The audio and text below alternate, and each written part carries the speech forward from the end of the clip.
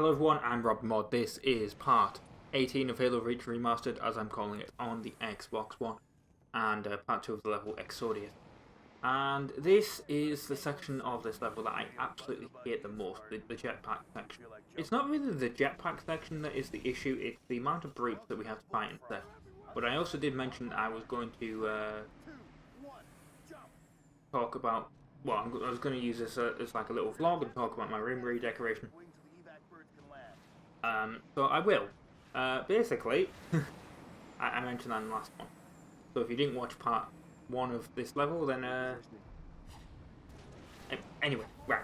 Point is, the first thing that I actually need to do, I've got the plasterer ready. He's all going to do it. That's all booked in. But the first thing I really need to do in this room, and in another section of the house as well, is get some electric sockets changed. Because the issue, well, not really an issue, but one of the things I'm going to get for the room, I'm replacing the desk that I'm using, and I'm going to get a standing desk, and it's motorized, so that needs a socket, and I don't have any spare plug sockets. So one of the plug sockets needs to be turned into from a single into a double, because unfortunately in this room they are all single. So there is actually an extension lead, you know, those multi-socket ones in, which is kind of annoying. But yeah, that's what. So one of them is going to turn into a double. Now the other one is actually going to stay as a single. But it is the faceplate on it is going to get changed basically. This is the section I'm on about. There's so many brutes here. I mean, I know we have a bunch of ODSTs with us, but still, it's still kind of difficult.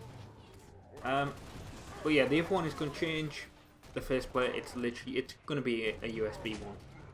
So it's going to be a normal one, because that's where I charge my USB devices. So if I can charge multiple USB devices at once, because the socket has a USB slot, thing in it, then that's better.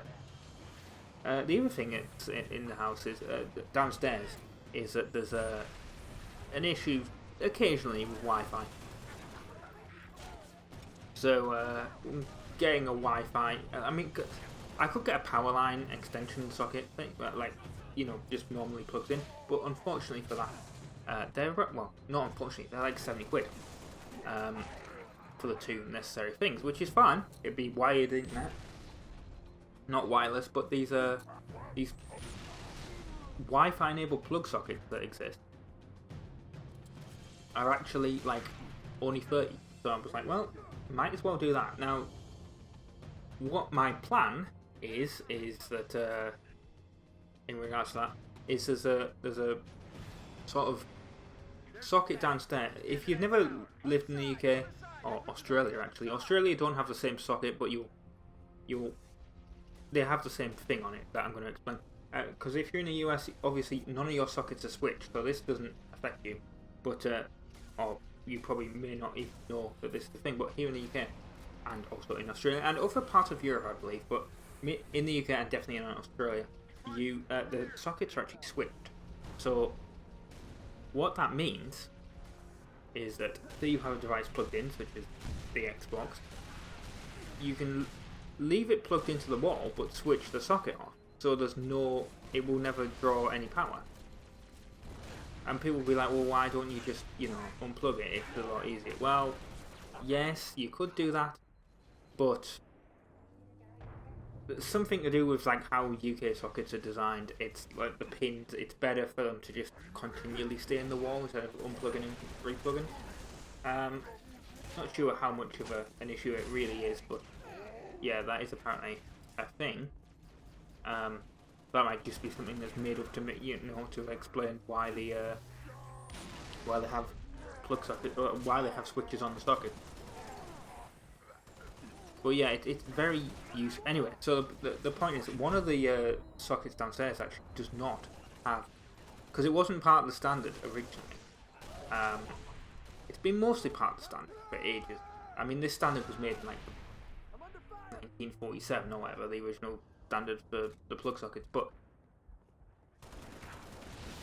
one of the ones like in the living room downstairs, one of the sockets does not have a a switch on it, which is obviously quite dangerous because actually I've plugged things in there and you have to remember UK is 240 volt, not 110 as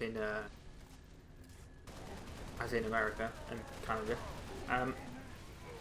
And the other thing is that it's you know, it's 13 amp or whatever it is the maximum that can come out. So it's a lot like more powerful.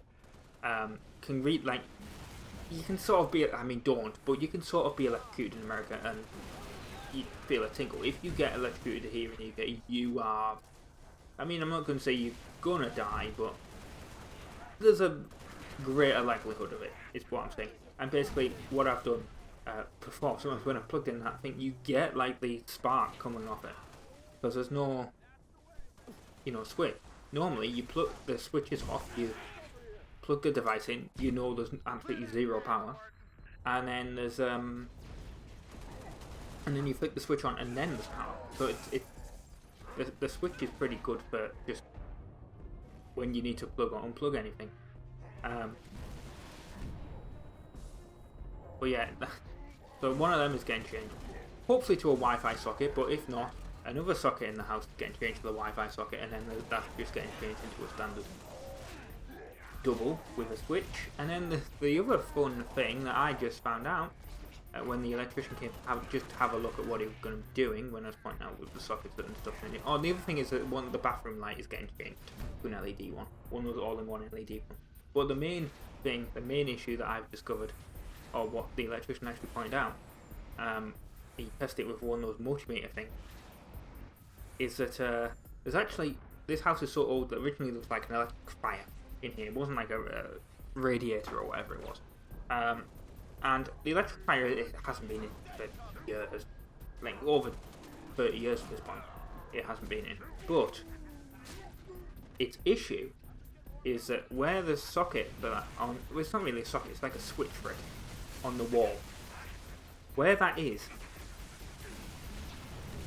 it's on the fuse box.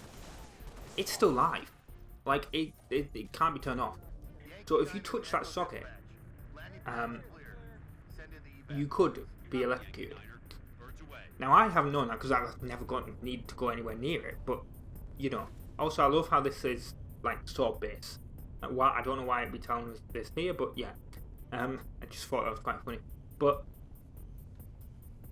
yeah, that's the a very annoying thing. Is like where literally for 30 odd years or whatever that socket has been live effectively.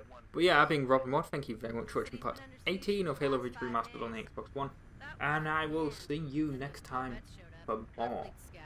Hurrah! Hell, we've all got orders to evacuate.